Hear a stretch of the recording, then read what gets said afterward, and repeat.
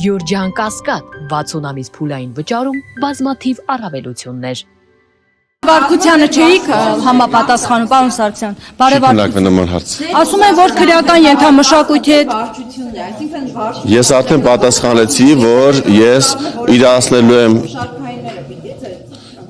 իրացնելու եմ ցանկանում եմ իրացնել իմ իրավունքը որպես կուսակցականի եւ նաեւ ունենալ առաջադրվելու իրավունք Նաև կարծում եմ, որ առաջիկայում այսօր կամ վաղը կամ մոտորերս վարչությունը ինձ կհրավիրի, որպեսզի քննի իմ բողոքը եւ բավարարի բողոքս կամ մերժի։ Դուք անեք հարցի պատասխանը, ինչու ձեզ մերժեցին։ Ասեմ։ Ունեմ այդ հարցի պատասխանը։ Ես իմ գործունեությամբ ճակերտներում ես ցավացրել եմ որոշ մարդկանց, ովքեր այսօր դեռևս չեմ ցանկանում անուններ տալ, ովքեր այս պահին Ձեզ որ դեյց է տեղեկատվությունը, այդ նույն մարդն ասե ում պատվիրով գրել եք հոդվածը։ Դուք կարգի ձեզ հրավիրեք, դուք ինչ է նշանակում, այսինքն դուք ինչի հետ կապված եք ինձ հարց տալ, ինչն է իրականությունը, ասեք ով է, տեսեք, արգելվում է փակ նիստից արտահոսք ապահովել, ուր մնաց նաև պատվեր տալ, բայց դա արտահոսք չի, դա պատվեր է, որի հետևից կգնանք։ Հիմա անդրադառնանք մյուս հարցին։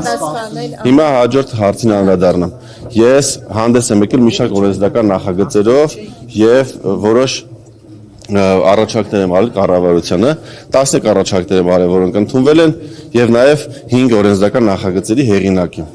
Ամենախնդրավոր օրենքի նախագիծը նաեւ որի պատճառով վարչության անդամներից մի քանիսը կամ մեկի գլխավորությամբ որոշել են մերժել իմ առաջադրվելու իրավունքը, կայանում է հետեւյալում։ Ես օրենքի նախագիծ եմ հեղինակել եւ սկզբնական շրջանում դրան դեմ է եղել ֆինանսների նախարարությունը, պետական եկամուտների կոմիտեն, խոսքը վերաբերվում է օնլայն կազինոների հարկերը կրկնապատկելուն։ Օրենքը ընդունվեց շատ բուռն քննարկումների արդյունքում, քննարկումներից մեկի արդյունքում, որը տևել է 2 ժամ, ես երկար ելույթ եմ ունեցել եւ վերել եմ բոլոր հիմնավորումները, թե ինչու պետք է մենք բարձրացնենք բուկմեքերական ընկերությունների հարկերը,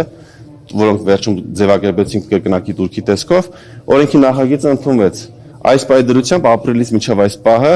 10 միլիարդ, շուրջ 10 միլիարդ ավել գումար է մուտքագրվել պետական բյուջե, ասեմ, այո, հենց այդ նախագիծը, այո։ Հիմա թույլ կտաք շարունակեմ։ Հիմա այս նախագծի տրամաբանությամբ 1 տարվա ընթացքում 13 միլիարդ դրամ կամ մոտավորապես 33 միլիոն դոլար, կներեք, ավել գումար է մուտքագրվելու պետական բյուջե։ Հաջորդը ասեմ։ Հիմա ասեմ, ըստ այդ օրենքի նախագծի սահմանված է, որ հունվարի 1-ից եթե չունենենք խաղային օպերատոր, պետք է 3 անգամ բարձրանան հարկերը։ Այսինքն եւ առաջիկայում մենք տեսնում ենք, որ խաղային օպերատոր չենք ունենալու, արդյունքում հունվարի 1-ից 1 տարվա ընթացքում պետական բյուջե մուտքագրվելու մոտավորապես 70 միլիոն դոլար հավելյալ գումար։ Հիմա մենք պետք է հասկանանք, կներեք, ասեմ, հիմա մենք ասեք, շատ լավ, հիմա կլսեք ինձ, հիմա այդ գումարները, որոնք մուտքագրվել են պետական բյուջե, նախկինում դրանք գնացել են այդ մարդկանց գրպանները, ովքեր որ այդ խոշոր ընկերությունների սեփականատերերն են եւ միլիարդատերեր են։ Այդ գումարներից, այո, իհարկե ունեն եւ այդ գումարները հիմա երբ որ ժամանակը գա կասեմ։ Դուք ինչ հարաբերություն Իհարկե ոչ։